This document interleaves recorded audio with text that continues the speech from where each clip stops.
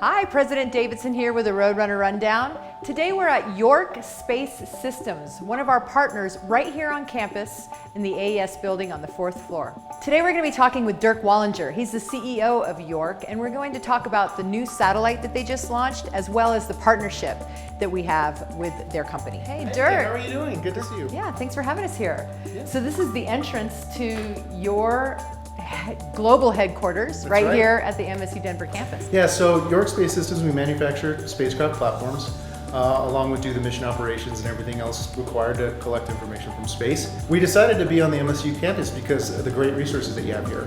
Phenomenal capabilities, not only in workforce training, but also the manufacturing capabilities as well. And it just made a lot of sense for us to be here. So space platforms, that means satellites. You're manufacturing satellites right here, is that right? are. So you manufacture them here, but you operate them from here and you collect information. That's kind of one of the things that makes your company different, right? That's right. So we provide a complete solution for our customers. So yes, we build them right here, we ship them from right here, and then when they get to space, we operate them from right down the hallway here. Can we go check that place out? Absolutely. Let's go see. Whoa, so this is a control room. That's right. We operate our satellites from right here.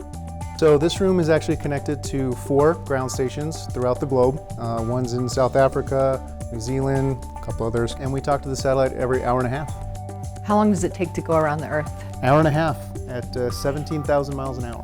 So Colorado's aerospace industry is growing. It's very big. Yeah. So Colorado is, I think, the largest aerospace state per capita, Yeah. second largest overall as far as aerospace economy and aerospace employment. So that's what's so great about Colorado is that having a healthy industry like this actually employs, across the board. Great. And we've had a lot of MSU students come work for York, which I'm happy to say. A lot of them done internships and chose to stay.